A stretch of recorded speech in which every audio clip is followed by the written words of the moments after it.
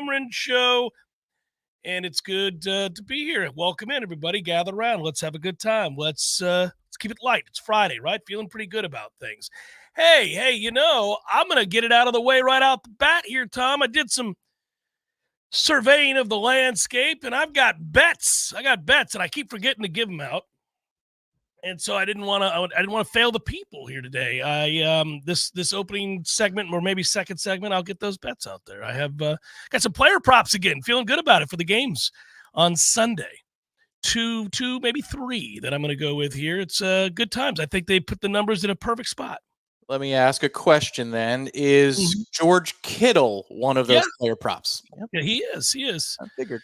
Yeah. I actually, that's kind of funny you bring that up. I like him on the over for receiving yards. I also like a couple of combination type things here where you do rushing and receiving yards type bets, and the players stand out to me there. So should be a lot of fun. And then I'm going to get down on the number itself and also maybe even both totals. I got more than I thought, buddy. I got more than I thought just now. It sounds like maybe you could do a round-robin parlay and get really crazy on this thing. If you wanted to, but of course Vegas loves it when you do parlays because they steal your money. That's what they do with the parlay. You do realize soon enough we will be able to welcome back into our lives. Not that they ever leave our lives. I mean, our friends at Barno Heating and Air Conditioning do a great job year-round. Doesn't matter if it's cold or it's hot. They got you covered. Make sure you go to Barno if you need your air conditioning or your heating unit fixed. You got to do it. You know what Barno doesn't do? They don't do drain fields, Tom. I need a new drain field. Can you believe it? I just want to throw something against the wall. Yeah, the old drain field. Ours had to be cleared at one point above our garage, and they were fantastic in terms of the response time. Thankfully, it was just cleared and not replaced. I think I got to do a full-on replacement, so you're going to just wear a beating when you do that. Hey, that's not why we're here. We're not here to talk about Jeff's drain field, although it can come up on a Friday, and I am a little frustrated by the drain field. It keeps you in limbo when it's not working. You're like, well, am I going to have a problem this weekend? Going to make it through the weekend? Hope it doesn't rain. Then the drain field really gives you a problem. That's the way it works for us. No, do you know what you got tomorrow? Got FSU basketball. Let's get to this in the outset here because I contend that this is a make or break as it pertains to the NCAA March Madness free-for-all, the tournament that you want to go to. Not the ding-ding, but the chew effing chew. And, right now we're mired right here. That's where we are. But if you want to get to the chew, you kind of have to win this one.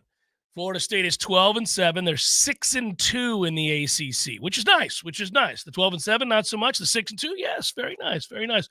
A pleasant surprise, if you will.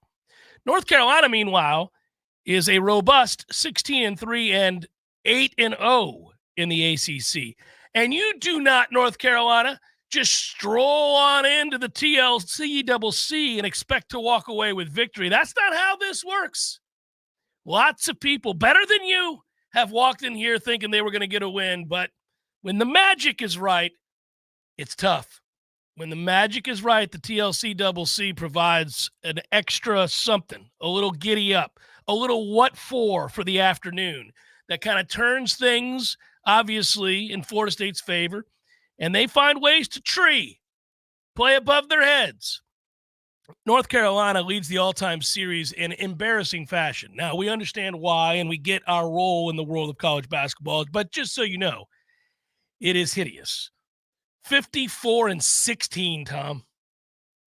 Did you know that? North Carolina owns the series 54-16. I knew for this particular head-to-head matchup, it's crazy. It's crazy like that because even some of our best teams, when the TLC was coming apart at the seams, got heartbroken. I recall the runner from three. The runner from three, where there was a turnover by my man Derwin, which was a tough one. And the turnover's not so bad, but then you fouled him after that situation. Just let it. The clear lay-in is fine. You can't lose at that point on a three-quarter court jumper. Yeah. But then there was it was Harrison Barnes over Michael Snare, I believe. It was about 30 feet away. snare extended. He blamed himself for not extending out far enough. But I mean, this was before Steph Curry was doing his thing. You don't go that far out. This was the kid from Miami that shot it from the Watsco logos thinks this is a really, really long shot. And I remember that one getting buried in our face with about 5 seconds to go. Just, you don't beat them up there very often, if ever, either. So you've got that David Stolke's game, and that's about, and the TV Teddy game, and that's about it. Yeah. Byron Wells. There's a couple, but that's before your time. No, it hurts, buddy. It hurts. It's been a series that I'd like to forget. And, I get it. I mean, they're a blue-blooded basketball. We are not. And so I would expect it to be lopsided against Duke and North Carolina all time, but 54-16, sweet Jesus. I mean, I think I'm naming like the only times. I think I'm naming the only times it's happened that I can remember. The other one is the semifinal in the 2012 ACC tournament when we beat them on Saturday afternoon. Like, you can only count it on about one hand in the last 15 years. Harrison Barnes, by the way, in the NBA, back-to-back out of nowhere 30-point games starting to play a little bit. No, by the way, you got me thinking about our friend David Stolkes, who's out there with Luke Laux and hanging out. Who knows? Maybe someday they make a glorious return to Tallahassee. We'll never know. I still am in touch with Luke, and I'm happy for him and his NBA career success as a coach. Doing well. It's doubtful, everybody. 54-16 all-time series. And ACC play, I guess it's a little bit more palatable, 44-15. FSU, however, here you go. FSU has won 3 of the previous 4 home game against the Tar Heels at the TLC Double C, dating back to 2018. So the last 6 years, when we play here, we've been all right. You go back on December the 2nd, I was in Charlotte, North Carolina. And we had, Tom, as I recall, a 45-31 lead in the second half. It felt like it was going to be a thing. There was 17 minutes to play, and we were running away with it. I can remember it like it was yesterday because we were prepping for the pregame show, and I was going to link up with you, and I walked past the television, and I went, "Sweet Jesus," and I yelled out to Aslan, and I said, "Hey, buddy, the Noles are up big on the Heels." And we all kind of, what? Yeah, check it out. Did I cause this? Did I cause the problem? I don't know, because it turned out to be fool's gold. We did still have a lead with 10 minutes to play, 56-48. But at that time, as it shrunk, you felt it. You felt the pucker factor begin to happen. They went full court on us pressure-wise, and we also just stopped making a gazillion threes because we were really good from the three-point line late, throughout that game, and then they got hot, and then that was goodnight Irene. 8 weeks later, these two teams meet again, and North Carolina lost consecutive neutral site games after the games against us. They lost to UConn and Kentucky. They gave up a gazillion points, nearly 90 in both games. And then something happened. They decided they were going to D-up.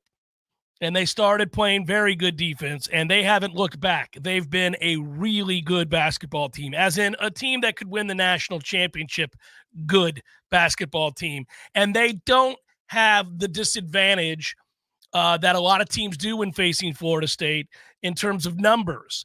They do rotate. They play 10, 11 guys, Tom. So we're not going to wear them down. Now, we got healthy, and the irony is we got healthy after losing Cameron Fletcher in that game, a season-ending injury. Now, though, we have a 12-man rotation. And remember, Tom, at that time, we didn't have Primo Spears, and we could not handle the pressure that they were giving us. I think Primo can handle that. In the end-of-game possessions, when you have a true point guard, it's necessary to have a guy that can keep you from getting sloppy late. And, I think the recipe will have to be a little different here, because I don't think we're going to make 12 threes like we did on the road against North Carolina. And one of the reasons I don't think that is because we don't normally make threes. That was clearly fool's gold, as I said.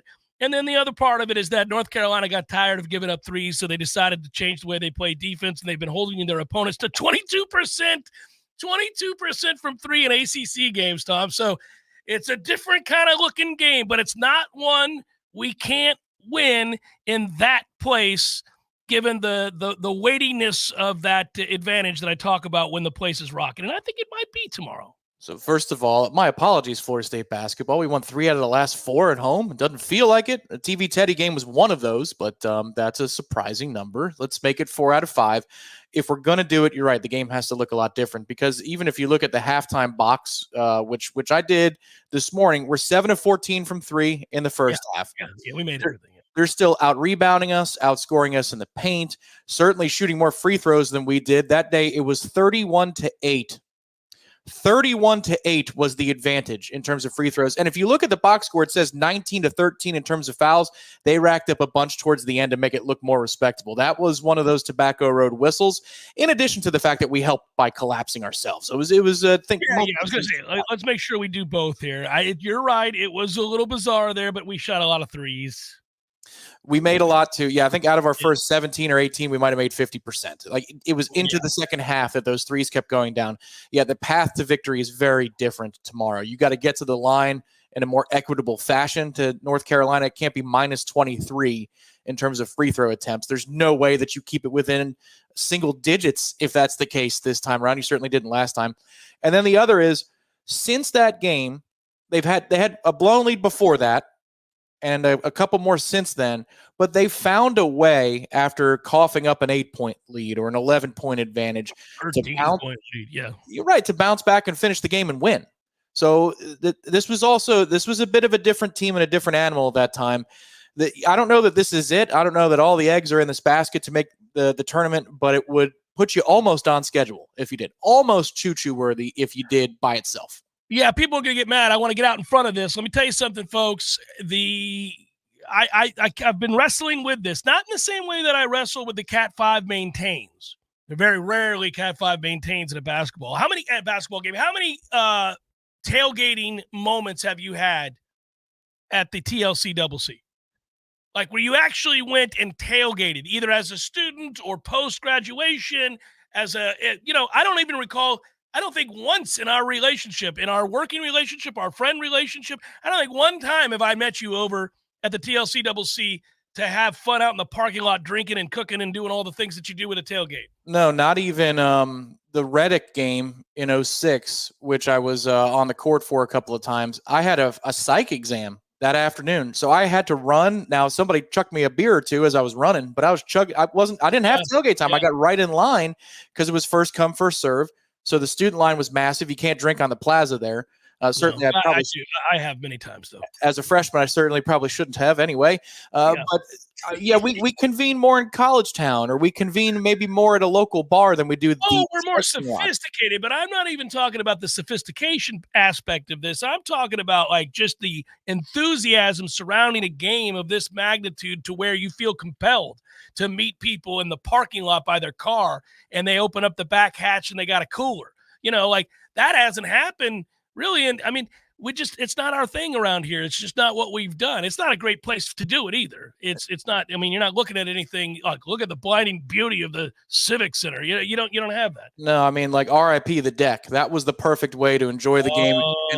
Because you walk down the hill to the game too. You could just roll on down the hill if you need to.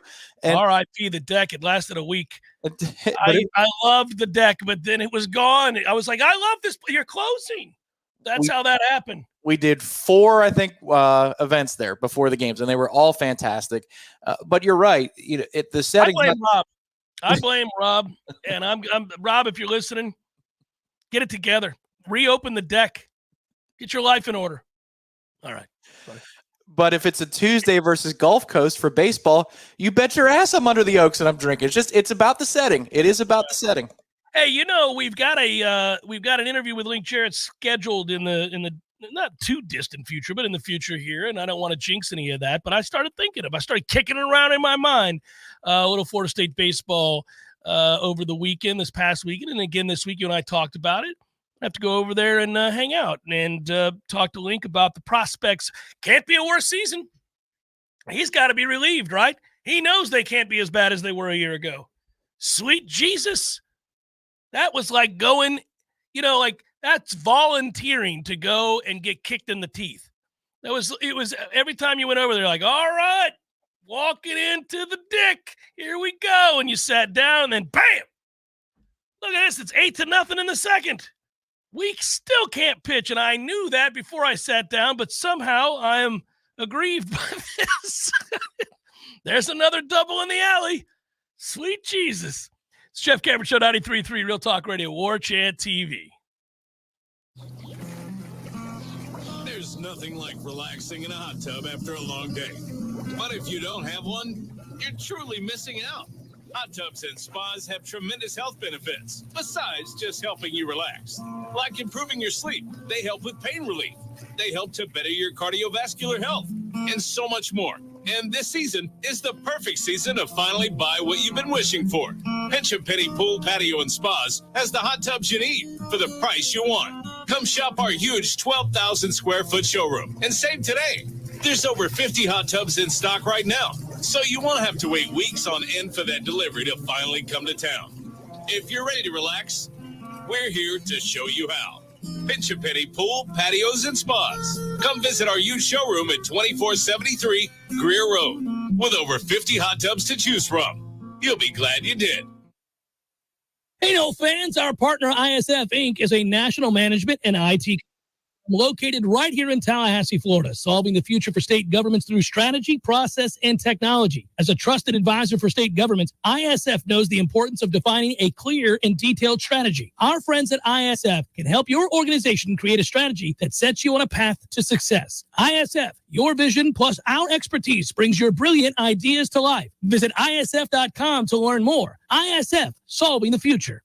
I'm Greg Tisch, and I'm here to tell you about TCC's first semester. In the fall of 1966, about 300 students were expected to enroll at the brand new Tallahassee Junior College. A total of 698 enrolled, exceeding everyone's expectations. The campus was not finished, though, so classes took place in Rickards High School and then Godby High School. Today, TCC has 7 campuses and enrolls around 15,000 students annually. TCC thanks our community for 58 years of support.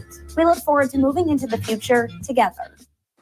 Man, I just got a text from my wife. She wants me to cook dinner and then snuggle on the couch next to a roaring fire. So what's the problem, Dave? You already got the new grill and you're a great cook. I've got one major problem. We don't have a fireplace. Man, that's an easy fix. Just call Hearth and Patio. They got a lot of fireplaces that can help you for your romantic evenings. Wood, gas, electric, and a ton of different sizes, man. Call Hearth and Patio today, 850-727-4282, or visit them online at hearthpatio.com. Hearth and Patio. Ignite that spark in your life. If you've been waiting and waiting for the perfect time to buy your new house, you'll be waiting forever. This is Shannon Young with Fairway Independent Mortgage Corporation, and I have been a mortgage lender for over 20 years. And I can tell you that there is no such thing as perfect timing. So take the first step towards your new home and let me show you what that really looks like. Chances are very high that you'll be very surprised at what I can help you do. When rates go low, prices go high, and that home that you've been eyeballing could be gone. If you're wondering how the drop in interest rates is going to affect your payment, give me a call. I'll be more than happy to show you all of the options available to get you into your new home. And for every single loan that we close for a fellow Knoll, I will personally donate $250 per closing to the Battle's End. Let's do this together and let's keep climbing.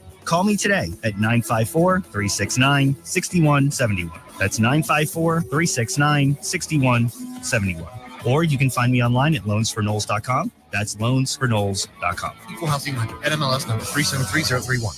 We all want more energy, more strength, more results. Well, welcome to Orange Theory Fitness as you take a step towards feeling more alive today. Backed by science, Orange Theory's heart rate monitored workout is scientifically designed to keep heart rates in a target zone, spiking metabolism and increasing energy. Orange Theory Fitness is a one-of-a-kind group personal training workout resulting in more energy, visible toning, and extra calorie burn for up to 36 hours. Experience a more vibrant life today with Orange Theory Fitness. To find out more, go to orangetheoryfitness.com.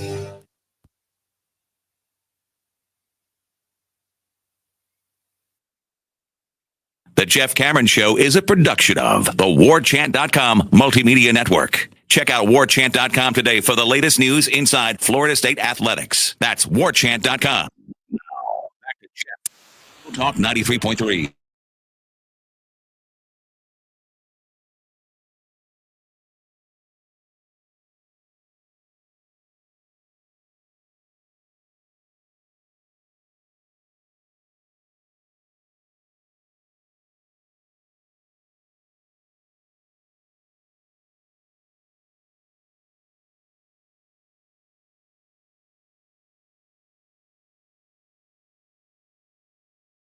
answer questions on warchant.com. I think that's right. I don't remember. Tom, is that right? That's when I'm answering questions over there in the Renegade room. That's correct. Yeah, I think that's right. I knew that was coming. If you are Warchant Gold, head on over to the Renegade room. We got a 3:00 deadline to ask the questions, and then we'll have a video for you.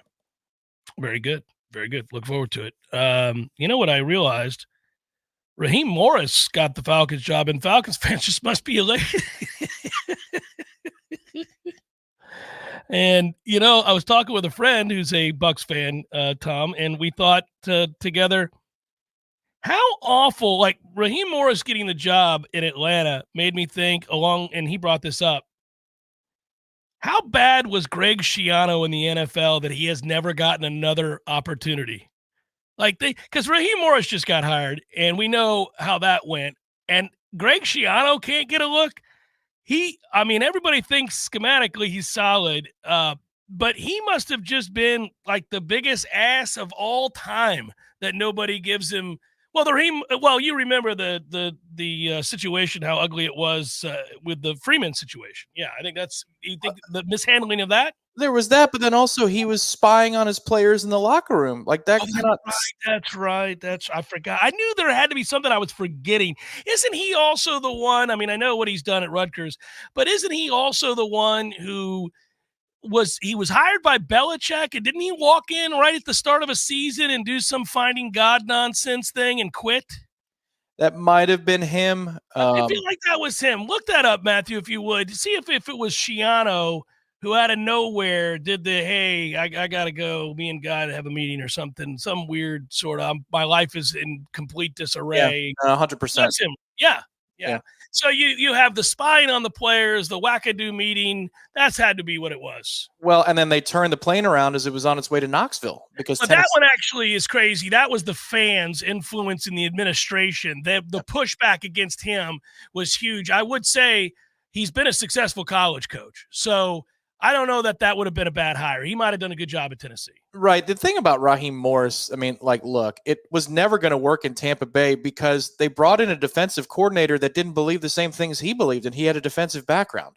So it made no sense. You're going to elevate a defensive backs coach to head coach, and he believes in the Tampa 2. And you're going to bring in a man-contained defensive coordinator, and it's not his choice. So he might have been bad independent of it, and probably was. But could you imagine that if Nick Saban wanted to run pattern matching and Alabama had decided to bring in a defensive coordinator who like Mark Stoops, Mark Stoops is going to be your defensive coordinator? Like that doesn't make any sense at all. He was decorated as a position coach and a coordinator. He did coach wide receivers out, I think, for Atlanta under Shanahan, and people liked him there. So I think it's worth giving that dude a second chance. And I'm not trying to troll Atlanta fans either, because maybe it blows up in your face, but that dude paid his dues after a situation that was riddled with dysfunction in Tampa Bay. So the whole thing he was also very, very young. I don't think he was ready for that opportunity. Yeah, he was very, very young. No, I'm just laughing because lots of people get second and third opportunities in the NFL. My point was that Schiano doesn't. So it's more like, really? That guy must have been the worst behind the scenes. And clearly, you're able to name specific things like spying on your players. There was either like a network of players that he had that were narcs, or there were listening devices. It was something absurd like that. And then to your point about Raheem, when he took over as a head coach, he was 32. Yeah, he was really young. Yeah, and the word was he wanted to hang out with the players in the week. Like you can't do that, man. Can't have that. By the way, I see in here, David, if you're a Falcons fan, I don't know, but I wouldn't have hired Belichick either, though. That if you read, I have a feeling that's going to come out in the wash. That sounds like a really dysfunctional situation there, where he wanted to bring Matt Patricia back into the fold here. He wanted to get the gang back together again. What's his face is the OC, and Patricia is no, man. No, we're not doing this. You're talking McDaniels? Yeah. Josh McDaniels and him, and no. That's the thing is David, maybe the Falcons aren't well run, and I hope they're not in perpetuity, whether Arthur Blank is alive, dead, or otherwise. But Every other franchise passed on Bill Belichick. It wasn't just Atlanta. They were the only ones that even interviewed him. Nobody else decided it was worth an interview of Bill Belichick. 72, and I'm not telling you he wasn't once an incredible all-time great, maybe the best coach in the NFL. I'm not saying that. I am saying that time's up eventually. At some point, time's up. He basically, and I'm not saying, hey, look, you see what happens? It was all Brady. No, when Brady first got there, they were winning with defense, and he's a defensive mind, and it was all the defense dominating. Everybody mistakes the Tom Brady that retired with all of those rings and the player that he was in the second half of his career. They mistake that for being who he always was. He wasn't. They used to beat people 20-17, 20-16. They were defensive-minded games. He just didn't make mistakes. And he got better and better and better and better over time and became the GOAT. That's fine. But he wasn't always that. He wasn't ready-made when he came into the league like that. So Belichick gets a ton of credit. But at some point when you're 72 years old and post-Brady, you've watched him butcher that roster offensively. Like, I'm not telling you Mac Jones was going to be good, but Mac Jones came out and looked good early and has subsequently become unplayable, awful. Zappy is starting in front of him. You knew then that they had made a mess of a situation. Well, sorry, I believe we call him Old Zippy on the show. I believe that's his name. But yeah, that's the thing.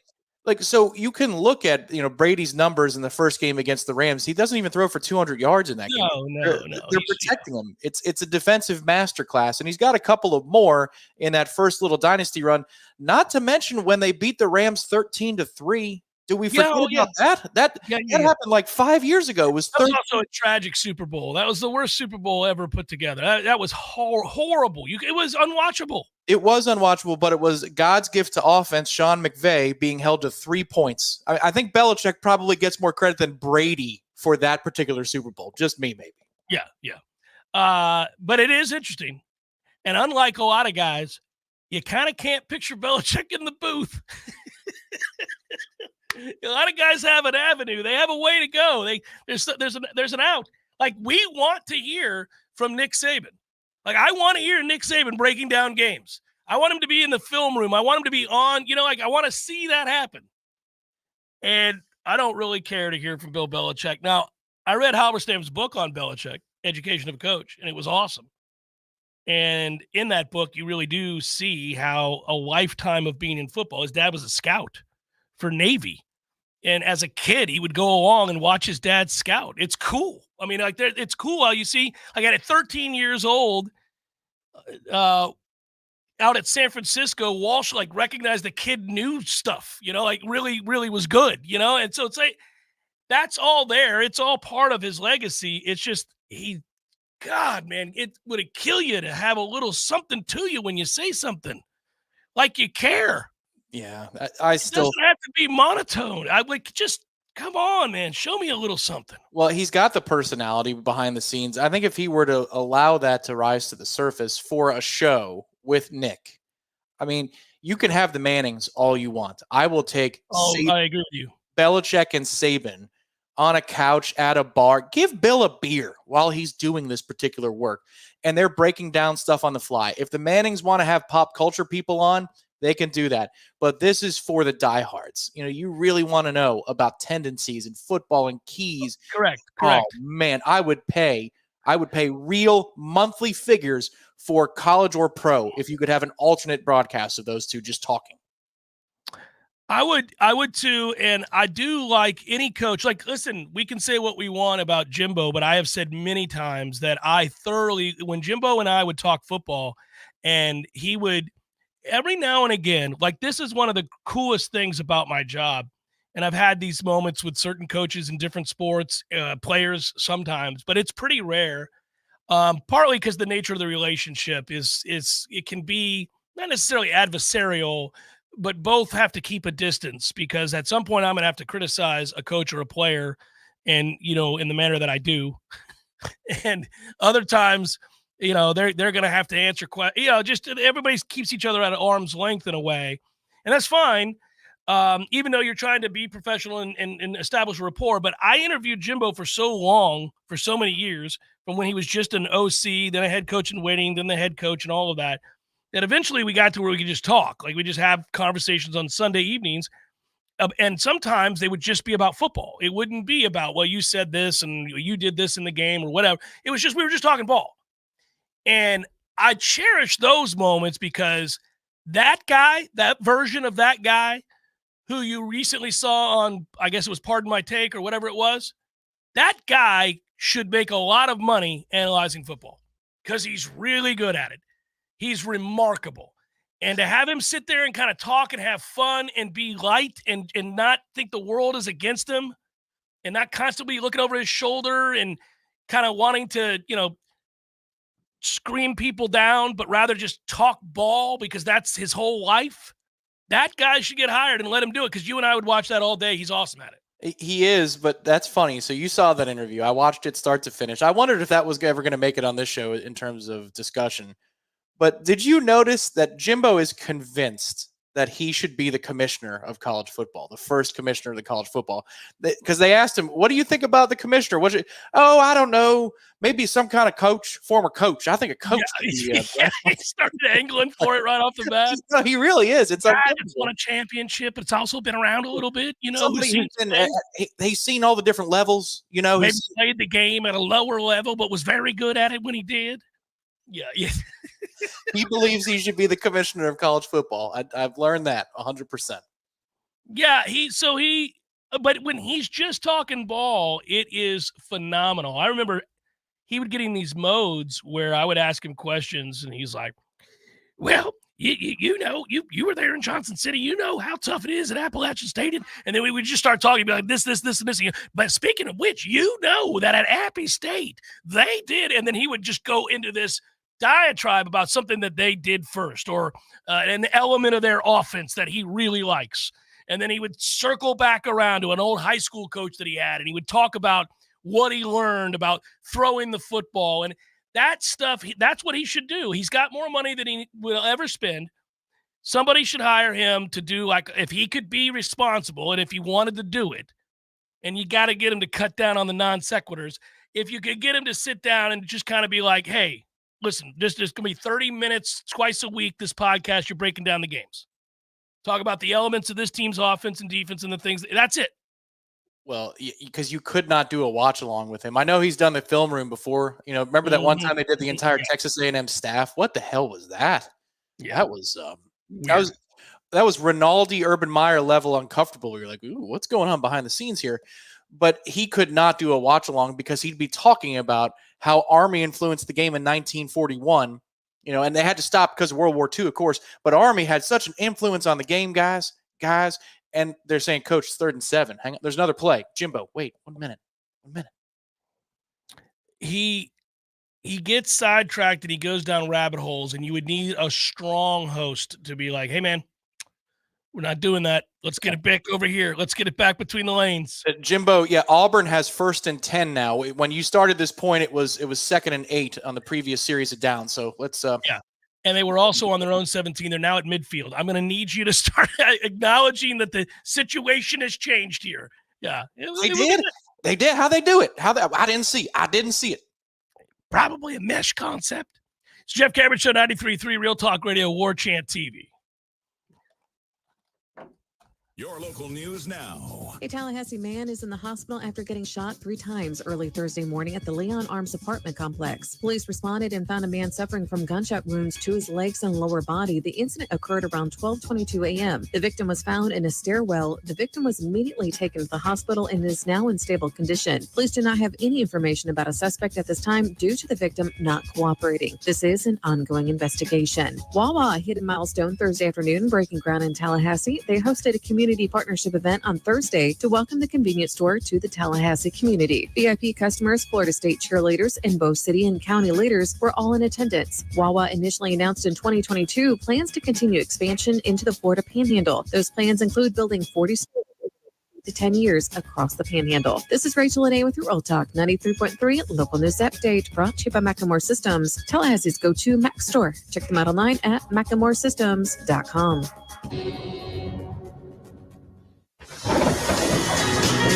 This is meteorologist Paul Frobley with your Real Talk 93.3 weather update. Cloudy this afternoon with a slight chance for storms. High of 75. Winds out of the south, 8 to 15 miles per hour. Cloudy skies again tonight. Chance of thunderstorms. Lows level off around 62. Cloudy skies expected tomorrow. Chance for storms. Highs around 74. This report is brought to you by the Lawn Johns. For all your landscaping and lawn care needs, visit thelawnjohns.com. Right now, 70. Gee, honey, I'm not gonna lie. Our front yard is looking sad. Don't you think it's time for some TLJ? I'm pretty sure you mean TLC, and I don't have time for all that work. No, I'm talking about some TLJ, like in the radio commercials. Give your yard some TLJ from the Lawn Johns. For all your lawn care and landscaping needs, give your yard the TLC it deserves with some TLJ. Call the Lawn Johns today for a free quote at 322-2567 or visit thelawnjohns.com.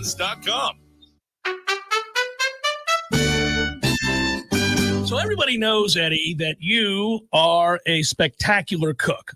Of course they know that. If they go into Bumpa's, the food is always good. I mean, everything on the menu. Mm-hmm.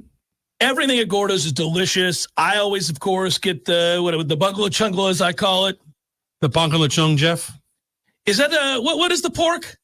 The bangkong lechong, Jeff. Okay, the bungalow chungla. It's delicious. All these things, all the items, everything you do, a master cook. But, sir, I would ask you, what is a skill that you possess that you're particularly proud of that nobody would know and that you could share with us here? Growing hair, Jeff. Growing hair. You're an asshole. Gordo's, bringing the flavor and flair of Cuban food to Tallahassee since 1996. The Jeff Cameron Show is a production of the Warchant.com Multimedia Network. Check out Warchant.com today for the latest news inside Florida State athletics. That's Warchant.com. Now, back to Jeff.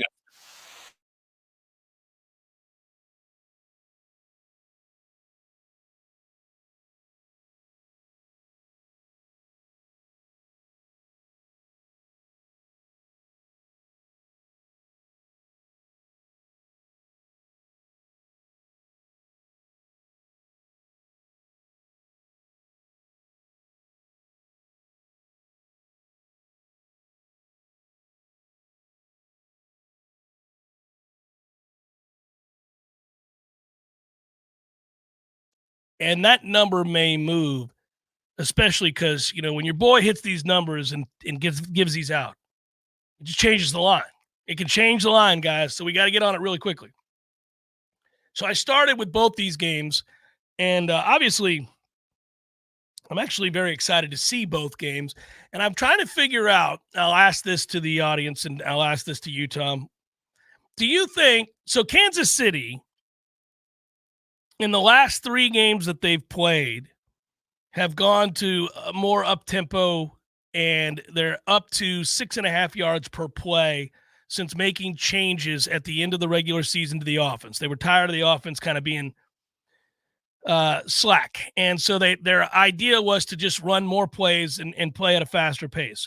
The 6.5 yards per play over the last 3 games that they've played, by the way, those games, the one regular season game against Cincinnati, another one against Miami in the playoffs, obviously, and then Buffalo. Now, Miami and Buffalo both injury-riddled on defense, down personnel. So I think the question here is, Kansas City that now? Are they this team that averages 6.5 yards per play? By the way, if they are, that would put them at number 2 in the entire NFL in terms of yards per play. Like, if that's now what they are. If you think it's the byproduct of the schedule and that you had a playing-for-nothing Cincinnati team, a Miami team playing in 0-degree weather with half their defense injured, and then Buffalo decimated by injury without any of their front 4, half their secondary out. If you think it's that, then it's an easy bet on the number for Baltimore, who's been an unbelievable football team. When you look at their double-digit wins against teams with a 500 or better record, the margin of victory against teams that have 10 or more wins. Like they have, I mean, think about what Baltimore did to Detroit. Think about what Baltimore did to several really good teams this year, just dismantled it. So if you think that's the real Baltimore and that you're getting something weird with Kansas City that's skewed because of the last few games, then you lay the 4 without a problem. But here's the problem, because as soon as you say, okay, yeah, I think it is. I think I got it. I think I'm going to lay the 4 with Baltimore. And then it occurs to you that you just laid the 4 against Patrick Mahomes. And it's hard to lay 4 when Patrick Mahomes is on the other side. Yeah, I think if you look at the running game and the touches they've given to Pacheco, it's been pretty consistent throughout the season. There might be some more targets for him, but the amount of carries they're giving him has been consistent. He's been a little bit more productive. The Kelsey targets have been pretty much the same. The one big difference is Rashee Rice. He catches the ball now. He catches the ball, but yeah, in the back half of the season, he was 3 targets, 5 targets, 6, 4, 3. And then the second half, so the first half, that was what it was. It's 10, 12, 9, 12, 10. And I don't think it's a coincidence that Kelsey goes off a little bit more last week because Rice has to be accounted for. He was a monster in the Miami game, which shows that it's not only a regular season thing or you're catching teams on a bad week. When it all counts, he can make plays. He only saw 4 targets last week and Kelsey went off. That tells me that Buffalo schemed to stop Rice a little bit more and said, prove it to Kelsey because they think he's aging. And then he was able to do so. So I think that element of a reliable outside receiver, which they had been searching for and desperate for all season long, has developed, which has allowed the offense to have a little bit more balance. And you got to play him more honest, which puts Kelsey in good situations. Now, does that mean a hill of beans for them playing Baltimore if Baltimore's playing well? I don't know. All I'm saying is that the offense is more balanced, and I think it's because they found themselves a true wide receiver for the first time in a long time. Yeah, it'll be interesting because we know Buffalo's defense was decimated and a far cry from what Baltimore's defense is going to be. Baltimore's defense is very good, and when they bother and care, and they will care, then you have the best safety in the league. He's become that guy. And we knew it because we watched him make an interception against Florida State at night at Doak Campbell that we went, what the hell is that? It was not a bad throw. It was a little late, but it was not a bad throw. And that dude, Hamilton, comes across from like the other sideline to make that catch. I was in awe. That night, that's what I learned. We left there, and everybody had theories about what this team is and what that team is. I said, what I know is that dude's the best player on the field. That guy right there is going to the league, and he is a beast, and that's what he's been. And the numbers bear that out. If you look at all the metrics, in coverage as a safety, he's the best in the league. It's like not even close. Well, I mean, scary. Jordan played that moment perfectly, in order to draw the defender to open up the shot. But this is what Baltimore tends to do over a period of time. We've seen this since it was Newsom as the general manager and so forth. They tend to draft badasses. They tend to consistently do that. Every time we get together, which is every year for the first round of the NFL draft, usually when they pick a guy, we go, damn it, they nailed another one. And I think they obviously nailed it with Hamilton, but then Zay Flowers has been an excellent pickup for them as well. And we saw him in the ACC. We knew that he would be a good one-on-one receiver. Awesome. Yeah. And if they get Andrews back this weekend, then, which they're supposed to, that makes that offense even more balanced. So it's a tough game to pick. All right, well, I'm taking the Ravens, and I laid the 4. I'm going to give you the other player prop that I like, and you can do something with this and have fun with it and do it the way you want to do it because I like him in 2 ways, and I'm going to combine it. I'm going to actually bet on 3. So here you go. Justice Hill for Baltimore, rush yards plus receiving yards over 48.5. I hit the over on that. They're giving him more looks. Also, I hit the over on Justice Hill, 33 yards rushing. I'm going over on that. I like him a lot this week. And now we go to the Lions in San Francisco. Okay, the way to attack the numbers for the player props here is to look at Goff. The Lions offense for Jared Goff, when he's indoors and on turf, he's the 6th best passer in the league. 6th best passer rating in his career. He's really good. Indoors on turf, he is always good. Outdoor on grass, he's 20th. He is 20th outdoor on grass. Now, that's quite the discrepancy. It's a large sample size that you go from 6th to 20th. I don't think weather is going to be an issue here, but that is interesting to me, that discrepancy. So if you want to do something with his attempts or passing yards or completions, go dive into that if you want. I just thought it was worth circling there. I want to see this game be close because I'm a neutral fan in this game. I don't care. I want to see a great game. And this is the time of year, if your team's not in it, unless you have like an arch rival that you have disdain for or somebody in particular you don't like, you can just sit back and watch these two games and say, all right, give me great football. Give me something that comes down to the fourth quarter. Give me a reason to still be here late into the evening on Sunday watching a nail biter. That's what I want to see. And I have two really extreme ways of viewing this game. That Niners defense was terrible against Green Bay for much of the game, and 6 of the first 7 possessions for Green Bay end up in the red zone. And if they had done more with those, they would have won the game, and we'd be talking about what is wrong with Shanahan at this level because he's too good of a coach to have this happen. But they did find a way to win the game late. And I don't know if they exhale now and say, okay, we got that behind us. Let's wake up and dominate a beat-up offensive line for Detroit. If they do, it gets away from Detroit. This becomes one-sided. I don't think Detroit's defense is getting stops against San Francisco.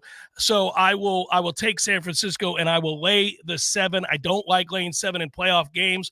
But there is another way to look at it, and that is that Detroit is well coached, and if they can get out to a good start, and who knows, the San Francisco, whose defense hasn't played well as of late, do they have a here we go kind of moment? The pressure is more on San Francisco.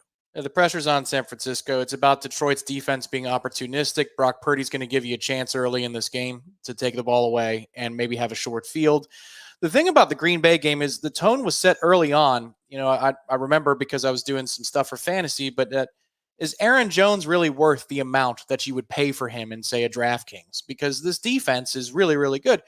And then he came out and he moved the pile. They moved the pile. In general, what's interesting is the Lions are a better running team than Green Bay over the 17-game season.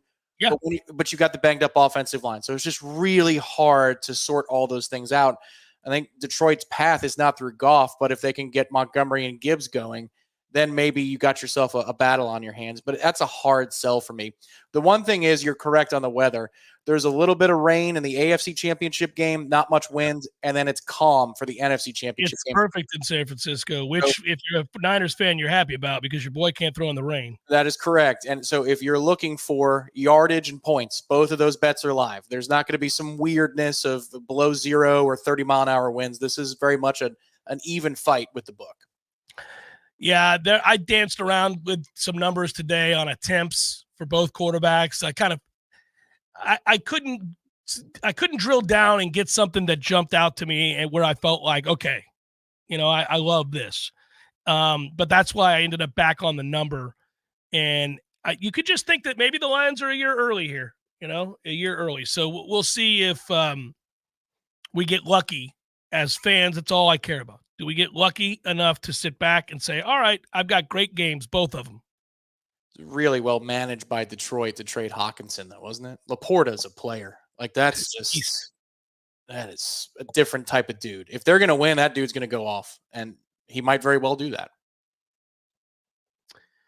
The dominant tight end, which has emerged over the last however many years with offenses being run the way they are. I mean, you see it all the time with these teams that end up winning the Super Bowl. There's usually a dominant tight end. You don't have the sort of run-of-the-mill guy. So on the back end of this conversation, I ask you, is Cade Otton emerging as a future star at the position, or do the Bucs need to keep mining for that tight end? You're a fan of Cade Otton? Is that right? He drops too many passes, as do most Bucs receivers. But yeah, I was just wondering because that is. He drops a lot of balls now. Yeah. He'll drop some passes now. There you go. Yeah, drop passes. I think I like that terminology, phrasing better. He's a nice player. He's not Laporta. He's not Dalton Kincaid. He's a nice player. I think that Bucs fans think he's a lot better than he really is. But I just think that, you know, when you drafted him, it wasn't like you thought you were getting a superstar, and he's a better player than what you thought you were drafting. So that's why you get excited, because he's more plus than you thought he was going to be. Yes. If he catches the ball with any consistency, he could be very, very good. Yes. There's no doubt about that. And at that point, he can be an 8 to 10 target a game player. I don't know how the Bucs offense is going to look next year is really fascinating to me, because I wonder if the Canales hire in Carolina means that maybe Baker might follow him to Carolina. But you're giving up on Bryce Young in year 2. I don't know that he can do that. So it's a I don't think there's no chance ownership is going to let them give up on him in year 2. I mean, they fought to draft him. And the thing is, I would argue that Canales was hired because they want him to shepherd him. That's what they want him to do. He just got the best year of his career out of Baker.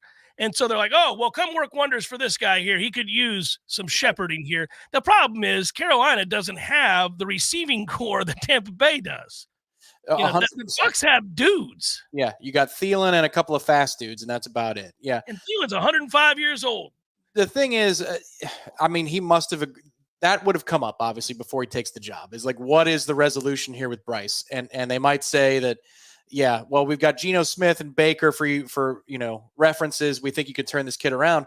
Or they might pull, an Arizona Cardinals and say Rosen isn't going to work. They might just be like, all right, do what you want to do, Dave. We trust you. And if you think this kid can't play, this kid can't play.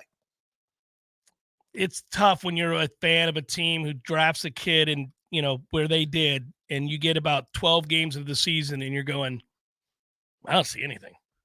Like, I don't have anything that I can hang my hat on. Like, there's not a moment. Not once this year did I turn and say, this kid can play a little bit. Not one time. That's got to be hurtful. Hour number 2 forthcoming.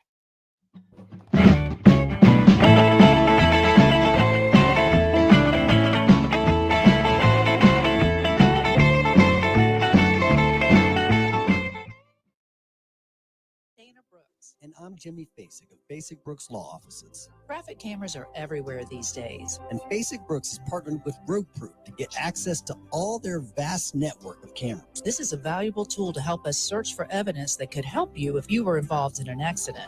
If you've been hurt in an accident, call Basic Brooks and we'll find out if the proof you need is out there. Call Basic Brooks and we'll do everything we can to help you come back stronger. Call us now at 850-777-7777. Power Mill Training Academy equips motivated athletes focused on baseball and softball with the specific tools to reach their true potential. Now, you'll read that if you go to their website, but I'm here to tell you that, look, whether it's your daughter wanting to play softball, your son wants to play baseball, or maybe they just want to have fun and get the most out of their abilities, and that's where Power Mill comes into play. They've got coaches and camps that teach for every level of play for your son or your daughter. To learn more, go to PowerMillSports.com. A cup of Joe, Java, brew, go-go beans, brain water, liquid lightning, wakey juice, whatever you call your cup of coffee, you're missing out if it's not Grassroots Coffee. At grassrootscoffee.com, you'll find an easy way to order the best roasted coffee beans available. It's very simple. Choose the blend you want and how you want it ground, and the bag you receive will have the date your beans were roasted and packaged on it, all written by hand and signed by the roast master himself. You'll know that's as fresh as it gets. You can get Grassroots outside of your house also at some of your favorite restaurants in town. Next time you're out to eat, try asking for Grassroots Coffee by name because there's a good chance they will have it for you. And if you own a business, Grassroots Coffee has options to stock your break rooms with all the productivity powder your team needs. Plus, like some other options that you'll find at work, Grassroots Coffee actually is a part of our community. Hit grassrootscoffee.com today and get yourself a treat. Some locally owned, locally roasted, and locally loved Grassroots Coffee. Widden Glass has been taking care of business since 1945. When you call Widden Glass, you're dealing with experienced, reliable professionals who offer only the best. Like Widden's top-of-the-line bath enclosures that provide style and luxury at an affordable price. Eye-catching storefronts are a specialty at Widden Glass. We'll help you design it and install it. Widden Glass, the first name in glass replacement. Call 222-5781. There's fun to be had every night at the Corner Pocket. Take-home prizes on Trivia Tuesdays and Beer Bingo Thursdays. And kickstart your weekend with Martini Fridays. Plus, happy hour runs every weekday and game day specials every time the Noles take the field. Watch all the best games at the Corner Pocket's Vegas wall, featuring 560 inches of flat-screen TV heaven. Oh, really? The best food, the best drinks, and the best place to watch all the games. Tallahassee loves the Corner Pocket. Coming up next, more of the Jeff Cameron Show. Live and local on Real Talk 93.3. WVFT, Greta, Tallahassee. The latest betting odds and line movements from Vegas. This is your action update. Now here are your latest lines from our guys in the desert. North Florida with a 71-63 win at Bellarmine in Louisville, Kentucky at Freedom Hall. The Osprey with a 1-point road favorite.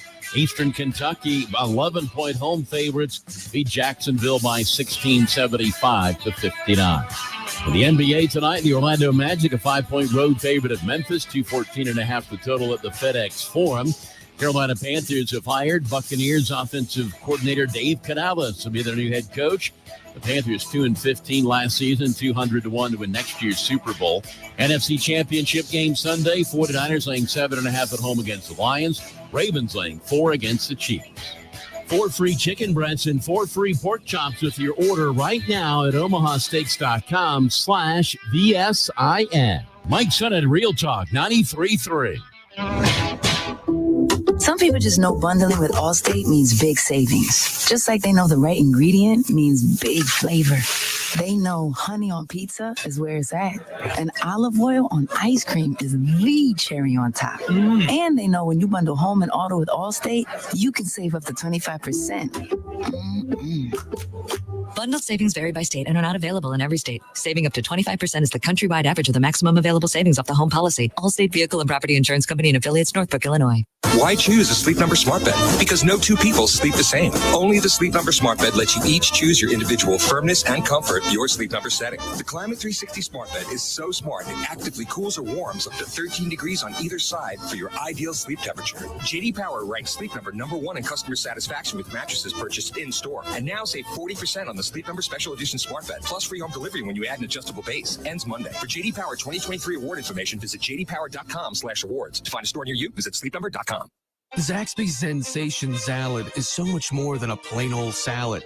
It's a salad, which begs the question, at what point does a salad stop being a salad and become a salad? Is it when you add Zaxby's fried chicken to it? Crunchy wontons? Asian slaw?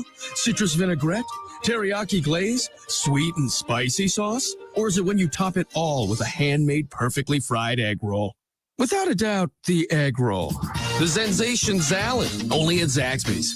Leaky faucet, busted pipes, clogged toilet? M&L Plumbing is here for you. For all commercial, construction, and residential plumbing issues, call M&L Plumbing at 575-9393 or visit online at mnlplumbing.com. Let's be honest, we all have way too much stuff. Maybe your storage closet is full, your garage is full, or the guest bedroom is a mess. Call Southeast Portable Buildings, 580-6400, or visit them online at southeastportablebuildings.com. At Epps Decorating Center, we're your locally owned Benjamin Moore retailer. We're your store for quality with brilliant and durable paints in a variety of sheens and thousands of colors. We're your store for service with one-on-one advice for contractors and homeowners. We're your local experts, and we're here to help with all your painting projects. Benjamin Moore, available at Epps Decorating Center with 2 locations in Tallahassee. Find a store near you and visit EppsDecorating.com. That's EppsDecorating.com. We all want more energy, more strength, more results. Well, welcome to Orange Theory Fitness as you take a step towards feeling more alive today. Backed by science, Orange Theory's heart rate monitored workout is scientifically designed to keep heart rates in a target zone, spiking metabolism and increasing energy. Orange Theory Fitness is a one-of-a-kind group personal training workout resulting in more energy, visible toning, and extra calorie burn for up to 36 hours. Experience a more vibrant life today with Orange Theory Fitness. To find out more, go to orangetheoryfitness.com.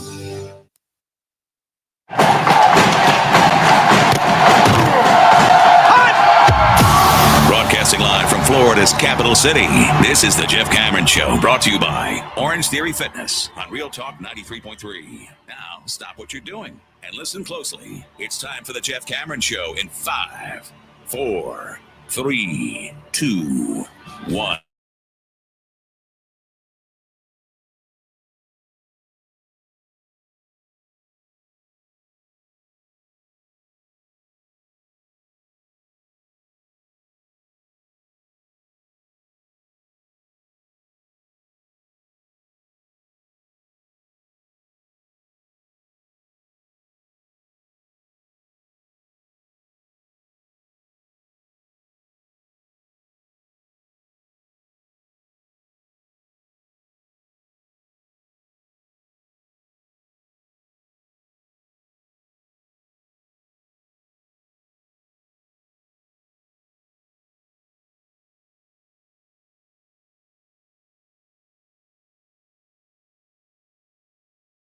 Yeah, a little bummed out.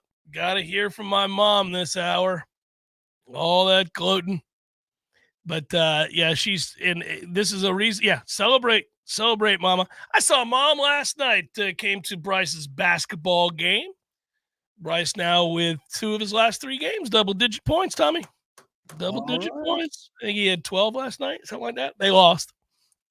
But I think he had 12. Terrible first half. I told him right after the game, you were awful in the first half. But a very good second half. I'm sure he had no idea that he was awful in the first half. Tough Love Cameron brings it. This is what we do around here. And, yeah, he had a rough go in that first half. Got it together, though. Showed some mental toughness to bounce back after that feeble effort in the first half. Just know, Bryce, if you're listening and you're not supposed to be and you're still in class, that you can always call Billy Strode if you need just some tips on how to get by with Tough Love Dad. Did you run into Billy Strode? Didn't you run into Billy Strode? Who was it you ran into? No, Billy Strode. I was at the old Monks on Tharp and Ocala. Rest in peace, Monks. You actually came out to hang out with me that day. That was the funny part. Yeah, I did come out to hang out with you, and I wish we could hang out at Monks right now because Monks is awesome, was awesome, and it's gone, and I'm pissed about it. So many places gone. Damn it. As is my boy Blue. There was a day-night doubleheader, and I decided to watch the night half of the doubleheader. It was a debut for a young pitcher that was unheralded by the name of Jacob deGrom. And Billy Strode said, "Hey, don't you work with that?" I said, "Yeah, I'm Billy Strode." Whoa. And you thought, man, my boy has ripped you. He was well aware. He said, "I appreciate the criticism," is what he said. I've had many a former player, walk up to me, and in the moment, I thought, man, maybe I was a little harsh on him. And then they were like, no, it made me laugh. Used to crack me up. I've had some parents reach out to me who were not so pleased with the Tough Love Cameron approach. And I was a little bit tougher even back then. I've softened my stance a little bit over the years. As I've gotten older and had kids myself, I've kind of gone a little easier on guys after their 4 air games. Yeah, you know what? You even have tough love for sponsors sometimes. Because I remember the first time we had the Chicken Philly in the studio, and you said, "Zaxby's, I'm not going to lie, I thought this was going to suck." And I'm like, I did. And I'll reiterate. I'll double down here, Zaxby's. I thought that the Chicken Philly idea that you guys had was stupid. And I didn't have any idea why you were going to try to mess up something that's already great. Like, what are we doing here? Why are we going Philly cheesesteak? Philly cheesesteaks are awesome. You can't make them better. Why are we going this route? And then Danny, being a proud Golden Chief booster and badass for over 19 years, giving back to the community at his 109 locations throughout Tallahassee, said, I want you to have this Chicken Philly. I want you to go by there and pick it up for free. I want you to eat this Chicken Philly and then talk to me about your nonsense opinion about what we can't do. You think I had 109 Zaxby's open up in Tallahassee because I thought about the things we couldn't do? Get you one of these Phillies. And I did. And it didn't suck. It didn't suck. I was like, not only does it not suck, Tom, I said this to you off the air. This wasn't a gig. I just said, hey, this is good. Well, this is really good. The key was they got the bread right, which is they get everything. But that tells you, man, sometimes it's like, even when you go to the restaurant, do they have like the bread thing? If they get it down to that little detail, that little granular thing, where even the bread's delicious. You're like, man, these people are detail-oriented, and that's what Zaxby's is. They're very deep. The sauces are good. The sides are good. Every little thing adds together. It is. Zaxby's delicious, and you can go by there and get you some good Zaxby's for the weekend, get you the platter. Got so many damn fingers there you'll be eating for 3 days. It's glorious. Glorious. Thank you, Zaxby's. We love our relationship with you. And we believe we can speak honestly about these things. That's why I'm not afraid to show some tough love. Thought it was a bad idea. Turned out I was wrong. They got it right. I saw somebody mention, Daryl Dickey's wife did not enjoy the commentary from Tough Love Cameron. Called into the show back when I used to take phone calls. Daryl Dickey's wife did. And I pinned her down. I kind of knew. I was like, this sounds like somebody who's a little too emotional. A little too caught up in it with the criticisms. What made me laugh was she was like, oh, and what about Jeff Bout? She's pointing fingers at her husband's coworkers on the show. I had Jimbo yell at me one time, and more than one time, but he was quoting me, and I thought, well, there's no chance in hell you heard me say that. So this is somebody telling you that I said this, and they got it wrong. They were cherry picking what I said, completely out of context, Tom, completely out of context.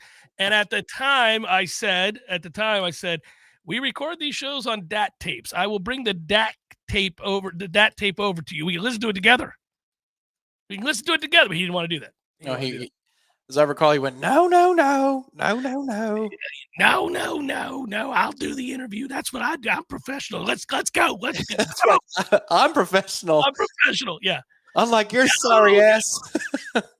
Yeah. No. Yeah. And then I'm like, okay. And then I'll give him credit because I said, all right, you sure? He's like, yeah, come on, let's go. I said, I'd do the interview. Let's do the interview. And then I went, all right, 3, 2, 1. Welcome back. Jimbo Fisher joins us on the Jeff. Hey, Jeff. Like nothing had ever happened after you just got done screaming at me. Yeah, Coach, big win for you. It really was. You know, I thought situationally we were pretty good on third down, especially first half. The things in which we do. Yeah, the things in which we do. I say that around the house just because it's ridiculous. It doesn't even mean anything. Like, hey, about to do laundry. Anybody got the clothes? You pick them up in there, kids, and the things in which we do, you know. They're like, what? Bring them out to the basket. We're doing laundry. Let's go. Things in which we do. Well, and kind of just in the things in which we do. And then he'd say, in time. In time. In time. Look, y'all got debt. Why don't you make it disappear? Why don't you make it go away? Another body. Another body is the all-time greatest. Coach, which was the player? I'm trying to think. I'm not forgetting on purpose. I'm trying to think of the player. 340 pounds. What does so-and-so do for you? Yeah, Rubel. Oh, Brock Rubel. That was the best. Coach, what does Rubel bring for you, do for you? Well, another body.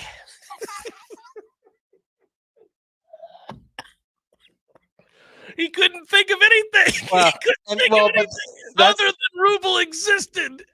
But then his alarm bell went off. He's like, "No, I don't mean Well, another body. Oh, Brock is. That is all time good. Another body is a toughie to get around. Imagine hearing that. He knew it too. He knew that kid was going to hear that at some point and be like, good God. Yes, I'm alive. Thanks. That is evil. Do you want to do this here or you want to wait? You want to go straight into it? We can go straight into it. It's fine. Well, we get to my mom on time today. I've been making her wait too long lately, but that's true. The red zone segments have gotten from 4 minutes to 6 minutes to 12 to 18. So that's fair. Well, one of the things that, and the reason why is, Adam and his gang, they're Artisan Financial Services. They're fantastic. And so I want to do them justly. But I also have grown to love the red zone questions. So cue it up if you would, Matthew. We're going to do it right now. And I'm going to answer these questions definitively. I don't know what we're doing, but I'm excited about it. Here we go.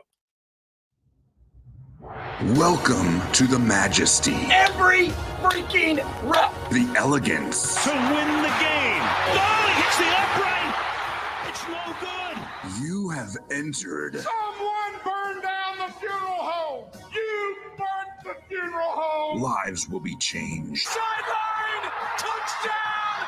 Unbelievable. Mothers will cry. When you see your players give all that they have and you lose that way, it's tough. Legacies are etched into eternity. I know who I am. North South Dakota was his brother from West Virginia. This is the Red Zone. It's good to know. And it's important to score in the red zone, but you have to be prepared for success in the retirement red zone as well. 5 years leading up to your retirement date and the 5 years after. Critical times for both planning for your family and yourself. And we know a guy who's really good at it, the best at it. Noel Adam Tober. That's who it is. That's right. His team, Artisan Financial Strategy, prepared to help coach you to victory, whether you're at midfield or on the goal line. Let's get this thing worked out so that you don't run out of money. You protect yourself and your family against rising healthcare costs. And, of course, you want groups that are experienced. They are 30-plus years of planning experience, world-class resources to help you navigate the way. For more information, KnollRetirement.com is where you want to go. KnollRetirement.com, all one word, make it happen. Artisan Financial Strategy. Tom, fire away. What do we got? Okay, so it's a one-off today, but it's a weighty topic. Instead of 4 downs, this is it, because Florida State is getting to the nitty-gritty for basketball if you want to believe in the ding or the chew or the chugga or anything maybe worse than that, the beep-beep. Florida State's got 12 wins. They've got 12 wins to date. They've got 12 games to go. And so my question to you, and we'll put up a visual aid for those of us that are watching on Warchant TV.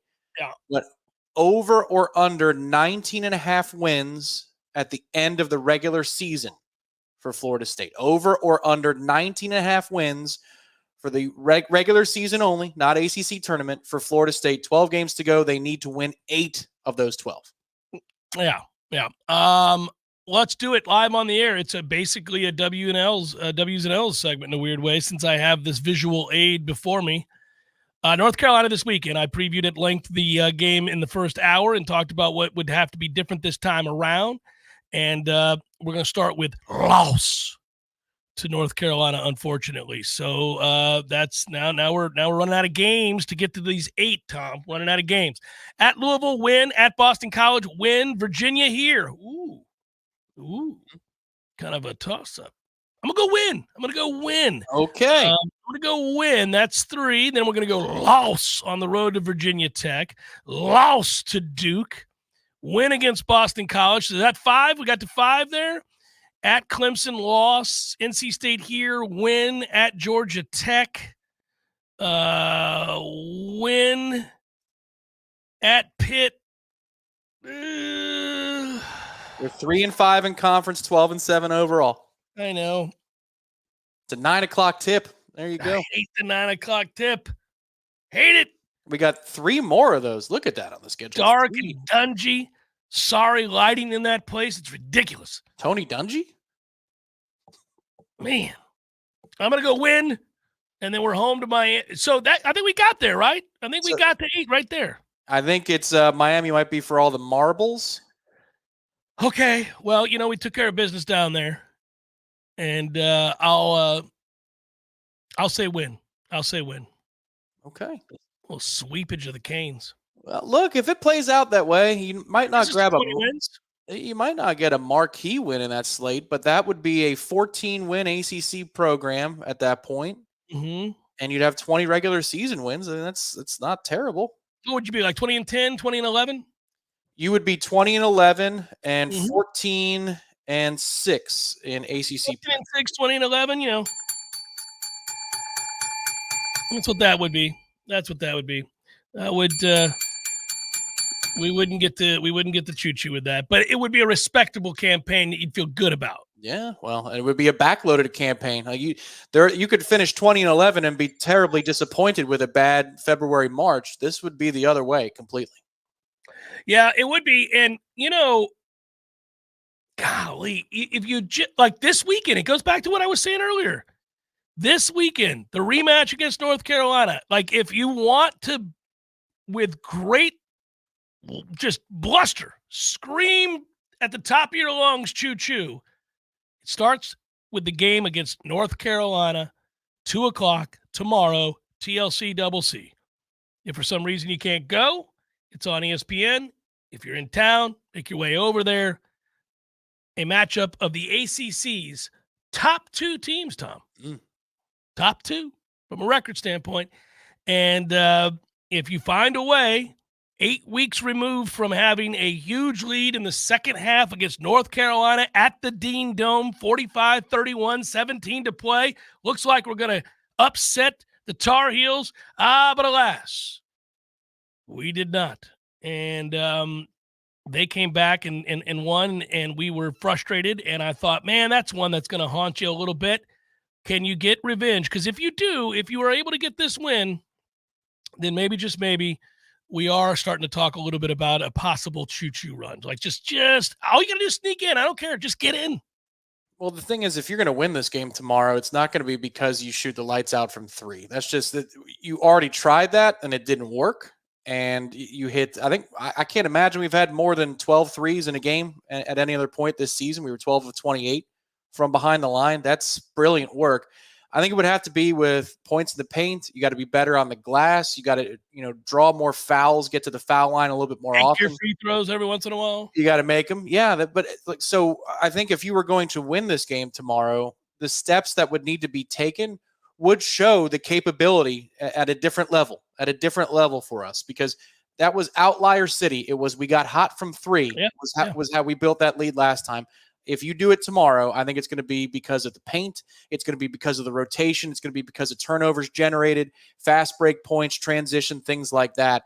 And if you can do that to North Carolina, then I think it's fair at that point to start expecting things out of this team instead of saying, oh, it's a nice story. A good rebound season. If they do it to North Carolina like that tomorrow, you need to start expecting things. That would be a fun conversation to have on Monday. By the way, Noel Dad says, what's the race to tomorrow and how many points does Watkins have? Watkins is going to finish with 18.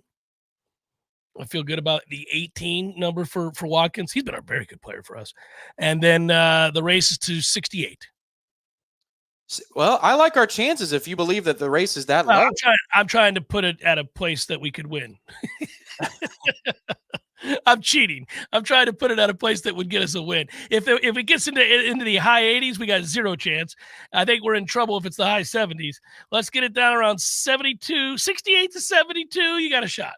I believe he's averaging just under 16 points in conference play. He's been good, man. Yeah.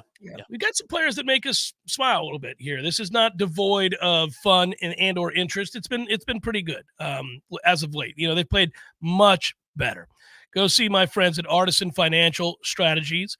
Again, if you want to learn more, that is NoelRetirement.com. Had a couple people recently say they reached out and did that. We appreciate that. Support the businesses that do business with us. We don't go into business relationships with folks that don't do good work. So we appreciate Artisan Financial Strategies. Jeff Cameron Show, 93.3, Real Talk Radio, Warchant TV.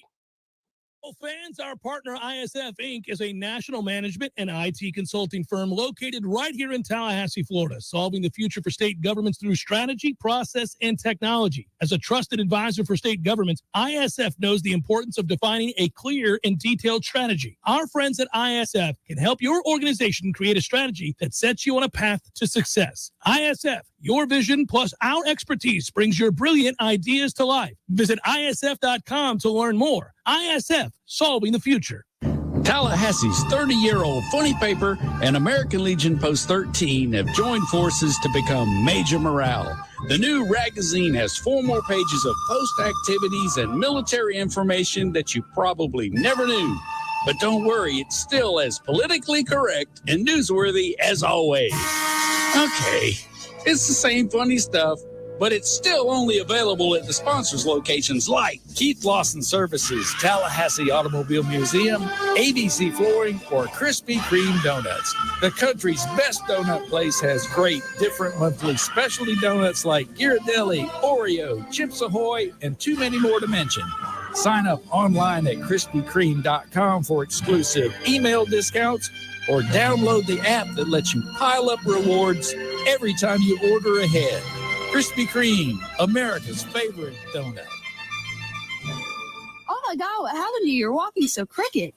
Well, I was walking my alligator and I tripped on a cypress knee and I spilled my margarita. Oh my gosh, your margarita. Yeah, I blown my back completely out. I had to ride the alligator home. I don't know what to do. My back's killing me. You're such a Florida man. You should know you should go to Finn Chiropractic. Really? You can go to their website and book an appointment and get you in as soon as possible. Go to FinnChiro.com, FENNCHIRO.com. You mean 24 hours a day I can make my appointment online and pay for it? Yep. website. Wow, and it's discounted? Yeah. All right, that's what Florida man needs to do. No lines, no waiting. Visit fenchiro.com to book your next appointment with a discount. FENNCHIRO.com. That's FENNCHIRO.com. It's Fen Chiropractic, where the chiropractors love you, and there's nothing you can do about it. Hold my beer. I'm going to Finn Chiropractic.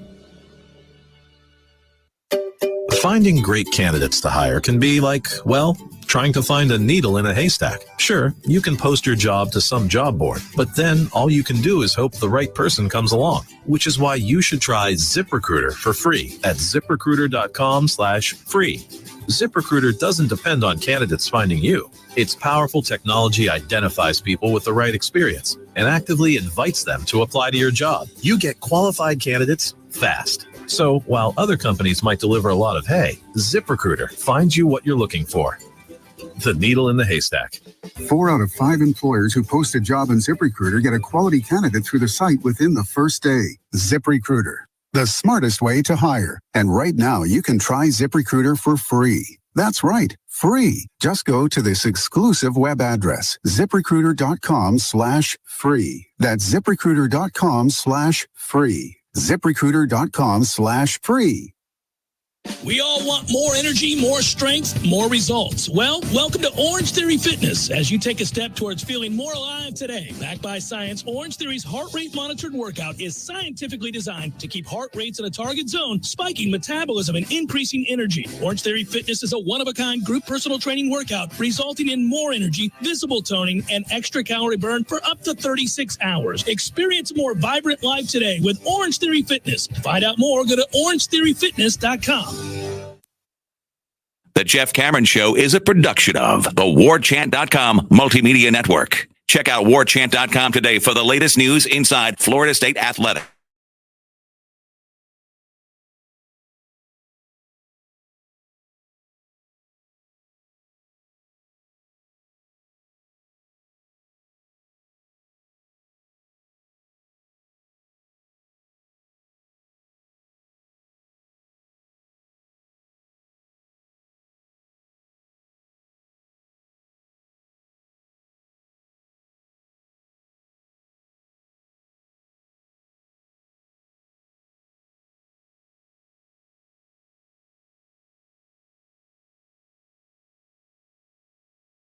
Makes me sad we get this late in the year. I'm all at once anticipatory of the games this weekend. Gave you some things to look at from a betting standpoint that could be fun. At the same time, it is not lost on me in these moments where not much football left. You have to start to mentally shift, prepare, get yourself in a place where you're able to handle it, especially now in the time period where a lot of football information comes forth almost year round. So it kind of brings your attention back to a place where you get excited, hopefully if it's good information or news that's good, about seeing football, knowing that you can, that you got a good long ways. So try to enjoy the hell out of what we got going this weekend, and then and know that there's one final shebang after this. So this is all we get.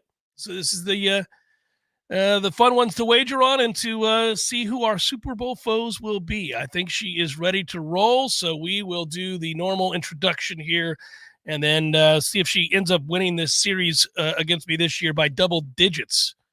It's possible. It's entirely possible.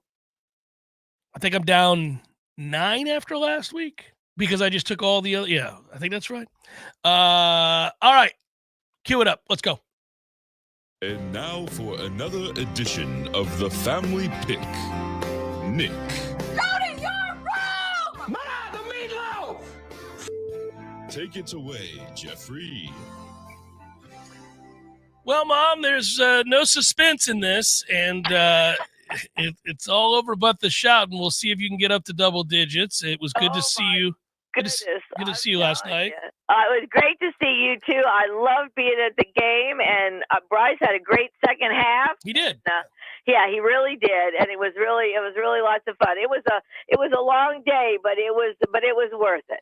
It was, and I'm glad you and Bob were able to be here. And now on to the wagers. We've got Kansas City at Baltimore, and I think you're going to take Baltimore, right? I am. I should probably, and that is actually who I would like to win that game. I was going to say I should pick, who I really would like to win, because since I'm so far ahead, it doesn't matter. There it is. It doesn't matter. I got to enjoy it while I can, because next year it might be entirely different. Yeah, I too am taking Baltimore, and I don't think Kansas City pulls this off, but it's hard to bet against Patrick Mahomes. He's been so good. I agree with you. It's very hard. And he's playing at Baltimore and everything. But I don't know. It just kind of feels like maybe, it's Baltimore's year, at least to get to the Super Bowl. Yeah, well, they have been the best team in the regular season, and they have played really well against good teams, too. Their record against teams with winning records is outstanding. So it's Baltimore's to lose, in my opinion. We're on the same page there. Okay, does the upset occur at all? Does Detroit go shock San Francisco? Are you going to just stand pat with the favorite here and take San Francisco? Well, you know what? I'm going to take the Lions because I can. And because I really want them to win. Now, I don't dislike San Fran, and I really like John Lynch, and I like the Brock Purdy story and all of that. So if they win, I won't be upset. But I really do. I've liked the Lions all year. I like the coach. I like them. And so I really would like them to win. I doubt that they will win. But, San Fran doesn't have a real great record with, how this, plays out with them getting, to the Super Bowl or then getting to the Super Bowl. Now, I can't remember what the thing was, but they haven't won the Super Bowl or even gone in quite some time. No, they went to the Super Bowl not all that long ago. Remember, they lost to Baltimore. Well, that's right. I know it hasn't been that long since they went, but it's been a minute now, and it's been a really long time since they won. Yeah, well, luckily for them, it's not like the Cowboys stretch, which is you gotta go back a ways. But yeah, well, it's interesting because I think we thought that they would win it a year ago. I think we thought, you're talking about winning the whole thing. They get to Super Bowls, but yeah, you're talking about winning it. I think we thought that they would have won another one by now. I think that I go back to the beginning of the season. And I said I thought San Francisco would win the Super Bowl, and yet I find myself a little nervous now. They did not play well last week, and I'm thinking, all right, they're either going to wake up and play very well, or they have some things that need fixing, and it'll get exploited. I don't know that Detroit can get enough stops to get the win on the road, and so that's where I'll differ with you, and I'll take San Francisco. Okay, well, I think that's probably the right pick. Absolutely, I'm picking more with my heart than my head on that one. But anyway, I'm hoping it's just going to be a good game. Said that earlier. I want this to be. It's our last weekend of football, and it's really only a Sunday, and you only get 2 games. Obviously, the next time it's 1 game, and then the season's over, and you have that interminable wait. So you just want great games. I agree with you. I don't really have a rooting interest for any of the teams that remain. No, I know, me neither. And I do think that the Bucs did, they played for the mistakes that they made last week. I really think, they were still in it until the end, until Baker threw that interception. That was just unfortunate because I was thinking they might even had a chance to tie it up. Well, 17-all going in the fourth quarter. So, that's all you could ask for a team that I thought might win 5 games. I know. So I think we really did have a really good season. But yeah, well, we'll see what happens. I got to just add this. I'm sure you've seen it or heard it or whatever, but did you see who Atlanta hired for their head coach? Yeah, it's been a long time since Raheem Morris was on the sidelines for the Tampa Bay Buccaneers at just 32 years of age, so he gets a second shot. Oh my Lord! I think that was I don't think that was a good choice. Nobody cares what I think, but I can't believe. I wonder. Bill Belichick must have just wanted total control or something, and they didn't want to do that because I can't imagine if you're going Bill, Raheem, Bill. I don't know how that works out. 72 years old. They've been terrible in New England post Brady. He looks washed. He wanted complete control. I see how it works out. Well, that's why I think the complete control thing, and I know he does look battered and bruised. And also more than battered and bruised, his teams suck. They've been awful. He didn't have a quarterback. Well, come on, Bill, let's go. You're the GM. You've been out here like an ass for several years since Brady left, not being able to get anybody to play decent at all. I know. I know. Well, it'll be really funny if he doesn't get a job. Yeah, I think it's gonna work out. He'll be all right, Mom. He's made $1 gazillion. I'm not worried about it. I'm not worried about him. I am kind of upset about Dave Canales getting the job in Carolina. I'm not. I didn't love Canales. I know what we did, and I understand the year we had. I don't love him. For 3/4 of the year, he was hell-bent on running on first down at all times instead of letting Baker throw on first down and neutral down. And we spent half the year as ineffective a team running the football as you could be, and yet he just run into the teeth of it over and over again. Whatever. Well, I wonder, they were talking about us trying to get the guy that's in Baltimore now. Is it Monken? Oh, Todd Monken. Well, you want to bring him back he was a coordinator, if you remember. Yeah, I know. Well, anyway, that's what they were talking about that today on something I was listening to. I don't know if it was local or what, but anyway, he's good. He's very good. I'd be fine with it. Yeah, absolutely. It would be great. We were talking about that. I don't know, but anyway, that was just a little bit of gossip. Hang in there, Mom. We'll get our guy. We'll be okay. I love you, and I'll talk to you later. All right. I love you too. You guys have a good weekend. Okay. You too. Bye. Bye. All right. So she's got the Lions because she can pick anybody she wants, and it doesn't make a difference. I'm trying to think. Who's a team that you do you have a second team, Tom, besides Minnesota because of your wife? I'm trying to think who your other team is besides. I mean, we're both Bucs fans, but everybody has a second team that they're kind of, pseudo-like. Before this iteration and this dynasty, I feel like if your second team goes on a run, like you got to let them go. You can't root for them anymore. But I always enjoyed Kansas City before Mahomes got there, before my man Alex Smith was there. It was always a really cool looking place. I know that Seattle, when they changed their uniforms and they built the new stadium, like everybody loved that place. But Arrowhead has always been just rambunctious. It's been nuts. It has the football weather. Oh, I love those uniforms. I was always kind of a Chiefs guy, but when they start winning left and right, like that's the end of that. So, it's Minnesota squarely, but it used to be the Chiefs, and I think it was partially because they can't win at the time. It's just like they're never gonna win. They're never gonna amount to anything. It's fun to root for a team like that. There's just a bunch of lovable losers, and I think there's a lot of people rooting for Detroit for that reason. Well, that is 100%. That's the reason that a lot of people are. I mean, they really have never done anything. Yeah, I mean, just been sorry, pitiful, embarrassingly bad for eons. It's hard to fathom they sucked as bad as they did for as long as they did. It's almost impossible to do that. Especially in the last 20 plus years of a salary cap league. Yeah, pretty much impossible. Yeah. The league's built around going 8-8. I mean, that's what it's set up for. Like, you can't possibly be that kind of pathetic. So, yeah, I think a lot of people have had a soft spot in their heart for the Lions. I think that's I agree with you. Chef Cameron Show 93.3 Real Talk Radio, Warchant TV. Local news now. Tallahassee police say they are investigating an aggravated battery incident that took place Thursday morning, leaving a man with a stab wound. Around 8:24 a.m., officers responded to the 600 block of West Georgia Street in reference to an injured person. Upon arrival, police found a man with a stab wound. The victim provided limited information regarding what had taken place. He was transported to a local hospital where police say his injuries were determined non-life-threatening. There are currently no suspects and no arrests have been made. A proposal kicking teenagers off social media now heads to the Florida Senate. The House overwhelmingly approved a bill banning children under 16 from social media sites late Wednesday afternoon. Since this proposal is an all-out ban based on age, any Floridian will have to submit age verification information to a third party. It's an issue that's being challenged in other states.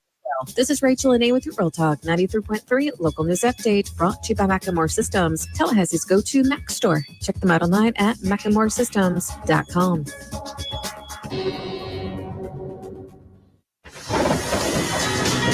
This is meteorologist Paul Trombley with your Real Talk 93.3 weather update. Cloudy this afternoon with a slight chance for storms. High of 75. Winds out of the south, 8 to 15 miles per hour. Cloudy skies again tonight. Chance of thunderstorms. Lows level out from 62. Cloudy skies expected tomorrow. Chance for storms. Highs around 74.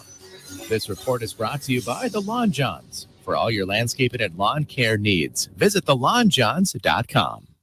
Currently, it's 73 degrees. Social Kitchen is now open on Cary Forest Parkway near Ology Northside, Tallahassee's only premier market where you can receive the famed Snake River Farm steaks and premier meats. Social Kitchen also has chef-prepared meals and sides ready to serve in just under 20 minutes. Perfect for those very busy springtime weeks, weekends, you name it. Hosting some people at the house. Hey, Social Kitchen also has build-your-own charcuterie boards and catering. Stop in and visit Social Kitchen today or visit us online at socialkitchentlh.com. Socialkitchentlh.com. So everybody knows, Eddie, that you are a spectacular cook. Of course they know that. If they go into Bumpa's, the food is always good. I mean, everything on the menu. Mm-hmm. Everything at Gordo's is delicious. I always, of course, get the bungalow chungla, as I call it. The bungalow chung, Jeff? Is that what is the pork?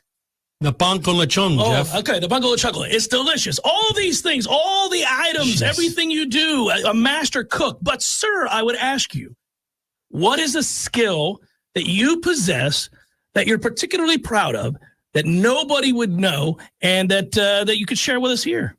Growing hair, Jeff. Growing hair.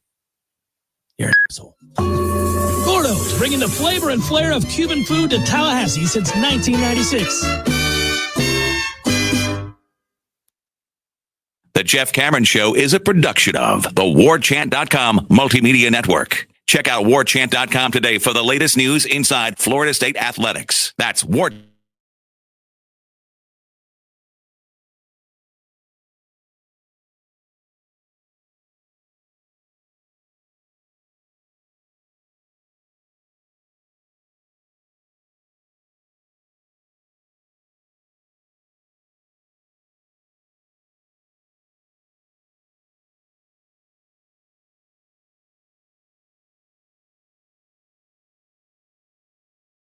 I'm starting to delve into wagering on tennis. That Medvedev match was awesome.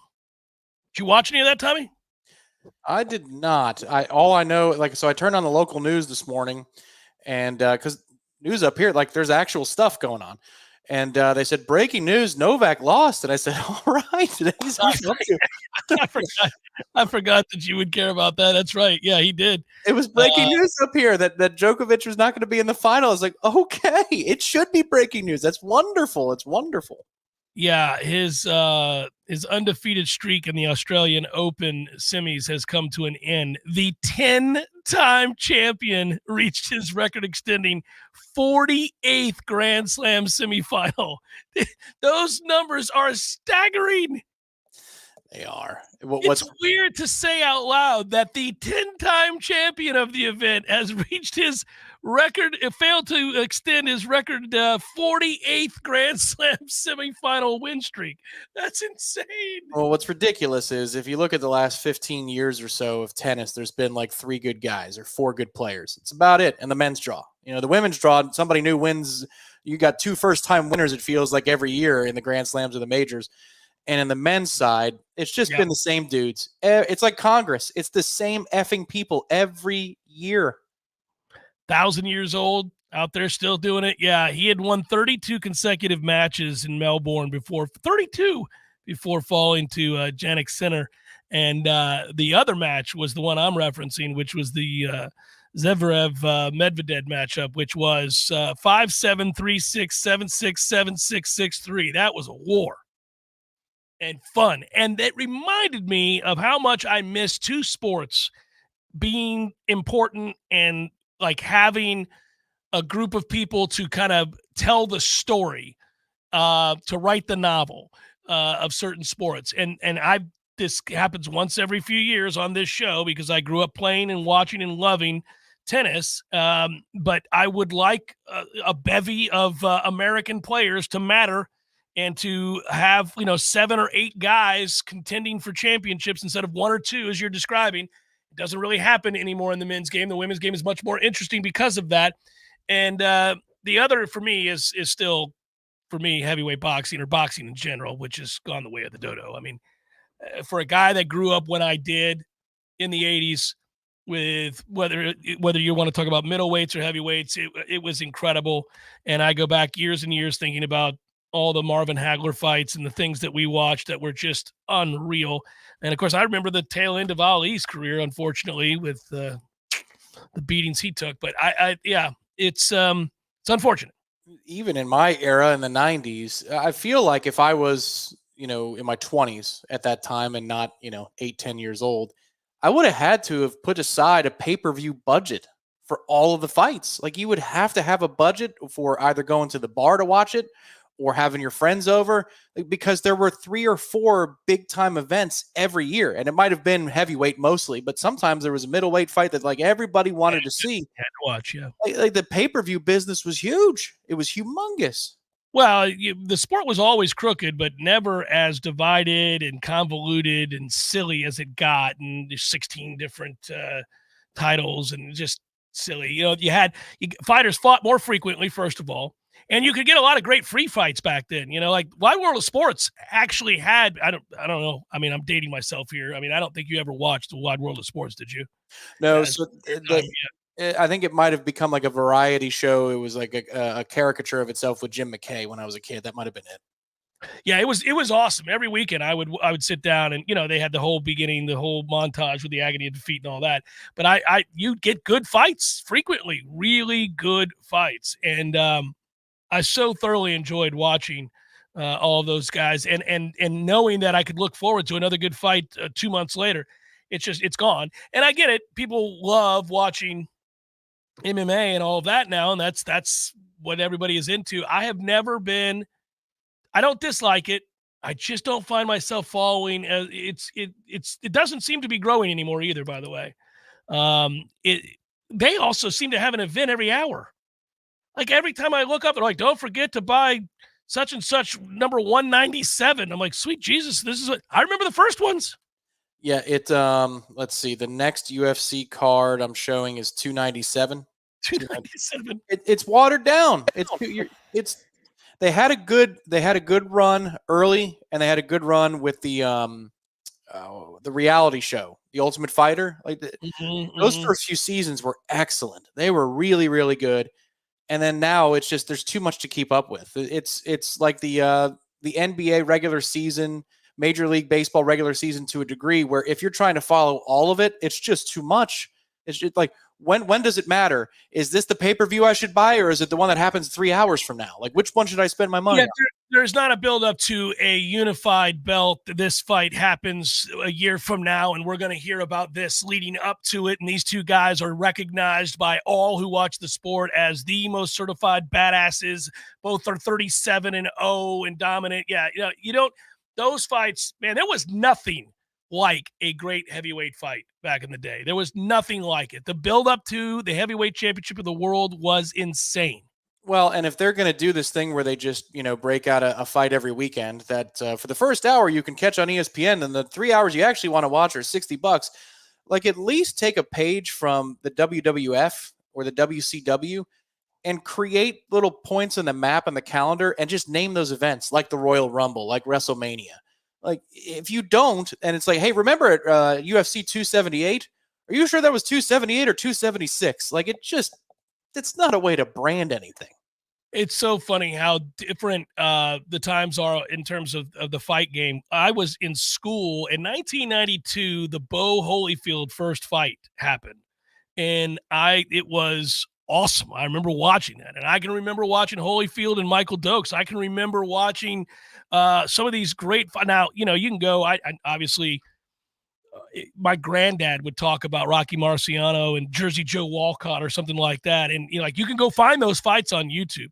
I do remember, I think the first real memory I have of an anticipated heavyweight fight. I told you this about baseball, where I remember watching the Yankees and the Dodgers in the World Series in the 70s and thinking that was a big, obviously I remember 79 with the Pirates and winning the World Series, but I can remember Larry Holmes versus Ken Norton.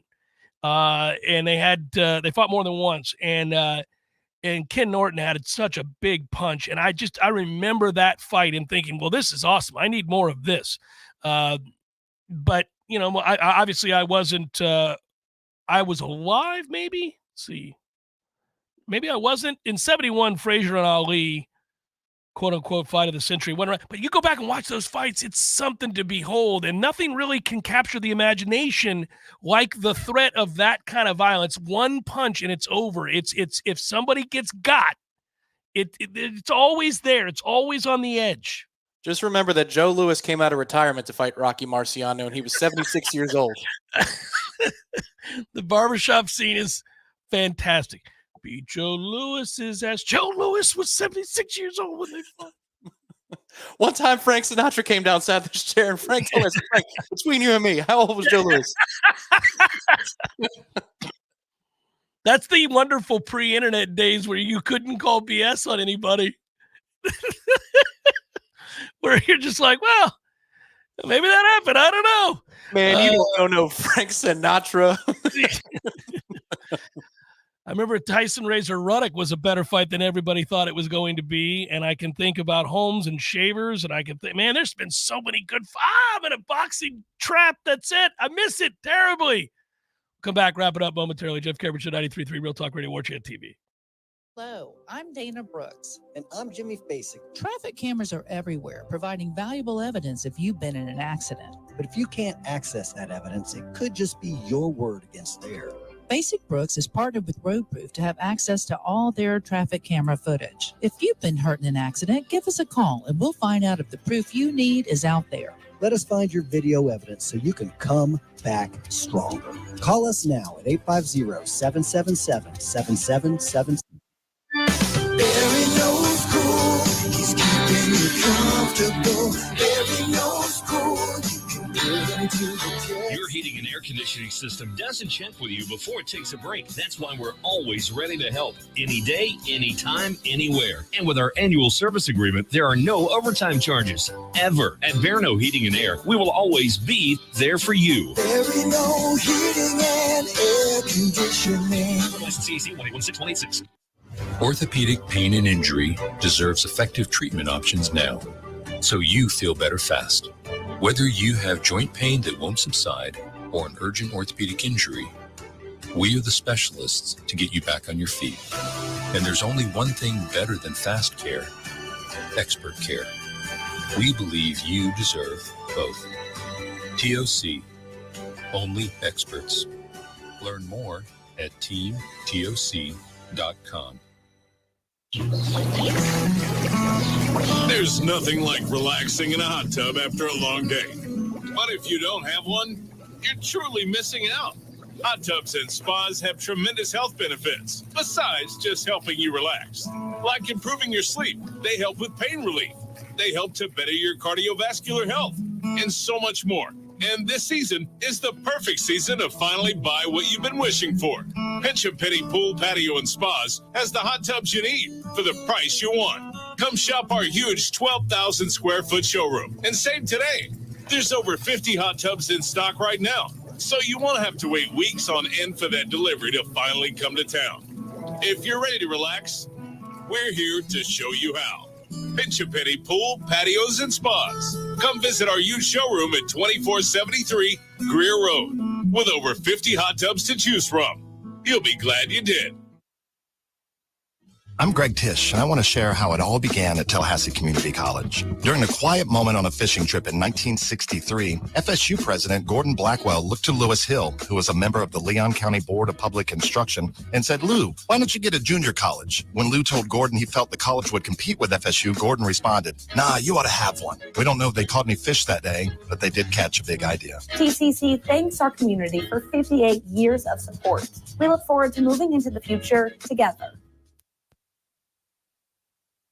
The Jeff Cameron Show is a production of the Warchant.com Multimedia Network. Check out Warchant.com today for the latest news inside Florida State athletics. That's Warchant.com.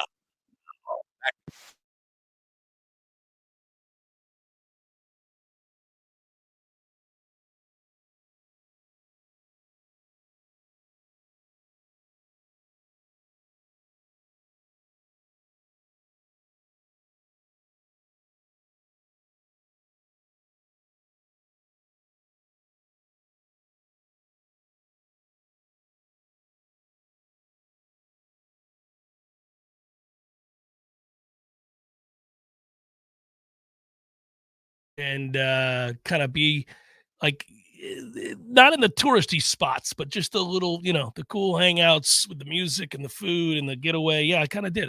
Oddly, it did. So when you hit that just now, I thought, good call, buddy. Good call. So Malik Benson, Tuesday, 9 a.m. We will hear from him. 9:15, Devontae Brown. 9:30, Jaylen Brown. Fast. 9:45 Tuesday, TJ Ferguson. That's a big man.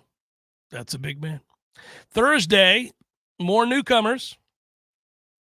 We've got BJ Gibson. We've got DJU, Grady Kelly, and Durajaye is going to be also on Thursday. So the newcomers will be heard from, and it will be a nice little chunk of football-related news. Hear what those young men have to say. See how that strikes you.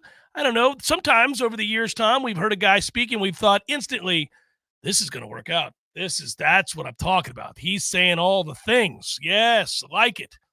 Other times, you're like, I don't know. I don't know about this guy. So we'll see. We'll find out from the youngsters next week, Tuesday and Thursday.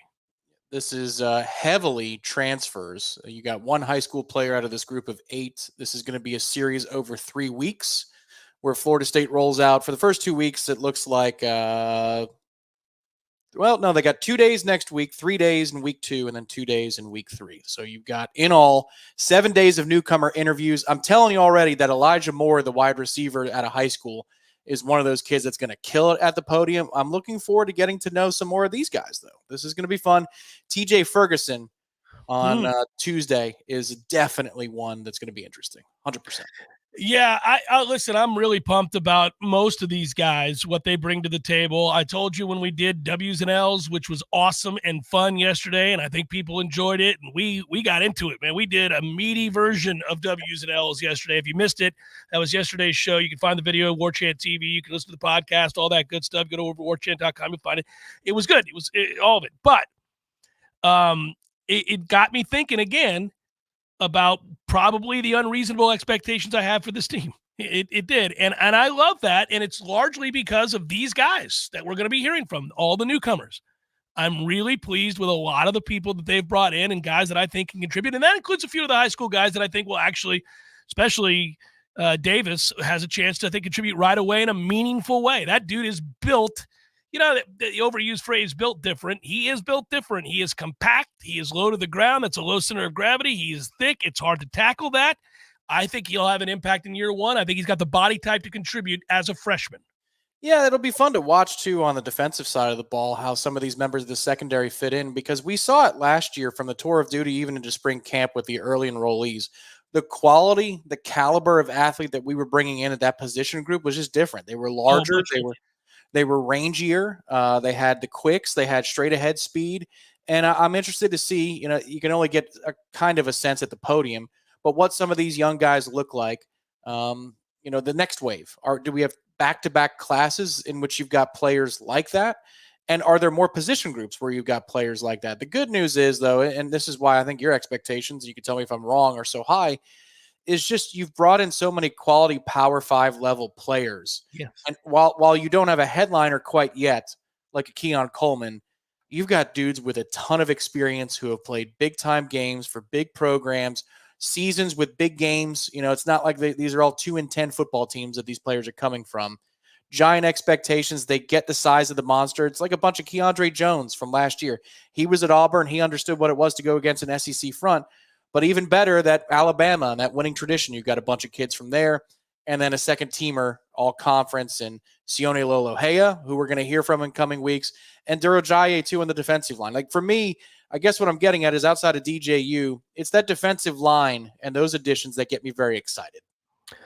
I don't know how they couldn't, right? I mean, I think that they hit largely. That they didn't get the kid from Purdue. I would have liked to have seen that. That would have been a difference maker, but to bounce back in the manner that they did and get the versatility off the edge that they did. You're talking about some guys that can rush the passer. Peyton comes back, obviously can do that, but other guys that can really set the edge, and we know there's real value in that. So, Yeah, I'm very excited. I think they filled a lot of needs here with quality players who have a ton of experience. Tom, great work out of you, brother. Have a wonderful weekend.